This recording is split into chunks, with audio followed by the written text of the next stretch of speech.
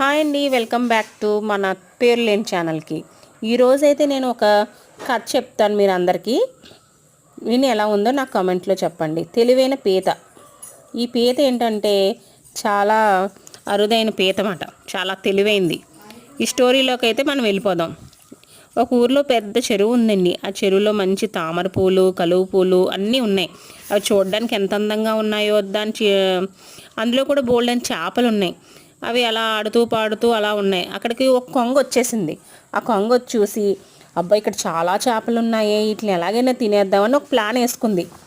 ఎలా తినాలి అనుకుంటా ఉండగా అప్పుడు దానికి ఒక మంచి ఐడియా వచ్చేసింది. ఏంటంటే ఇది వేసాకాలం కదా, నీళ్ళండి ఎండిపోతున్నాయి అని వీళ్ళకి చెప్తే అప్పుడు ఏదో ఒకటి అడుగుతాయి కదా అనుకున్నాయి.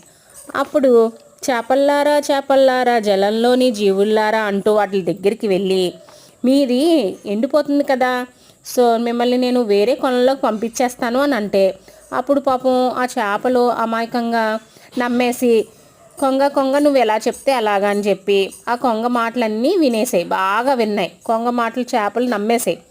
అప్పుడు తమ ప్రాణాలు నువ్వే నిలబెట్టాలి, నువ్వే కాపాడాలి అని ఒక్కొక్క చేపను తీసుకుని వెళ్తానని చెప్తే, సరే మేము ముందు అంటూ వెళ్తూ ఉన్నాయి చెరువులోకి.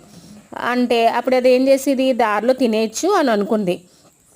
అలా ఒకరోజు వచ్చి స్టార్ట్ చేసిందన్నమాట. స్టార్ట్ చేసిన తర్వాత ఒక్కొక్క పట్టుకుని ముక్కుతోని, ఆ ముక్కుతో పట్టుకుని చేపని దూరంగా ఎగిరిపోయి ఒక కొండ మీద పెట్టేసి తినేస్తూ ఉండేదన్నమాట. అప్పుడు ఒకరోజు పీత టర్న్ కూడా వచ్చింది. అలాగే పీత కూడా తీసుకెళ్ళే తరుణం వచ్చేసింది. అప్పుడు కొంగను చూసి పీత కనిపెట్టేసిందన్నమాట. ఇదేదో మోసగత్తులా ఉంది, దీన్ని ఎలాగోలాగ ఏదో ఒకటి చేయాలని దాంతో ఉపాయం ఆలోచించేసింది. అది తన్ని ఇలా కొరికే ముందే తను ఏం చేసిందంటే మెడను పట్టేసుకుందన్నమాట. గట్టిగా మెడను కొరికేసింది.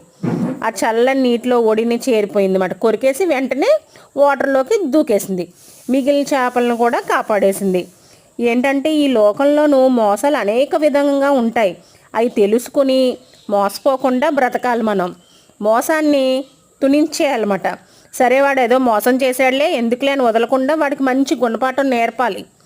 సో మీకు ఇలాంటి మంచి మంచి కథలు మీ పిల్లలకి మీరు చెప్పుకోవచ్చు కదా, నైట్ టైం ఏమన్నా ఉంటుందని నేను ఒక ఐడియాతో మీ ముందుకి ఈ స్టోరీని తీసుకొచ్చాను.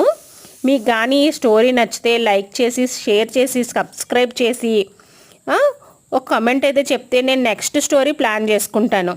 Thank you for listening. Bye friends.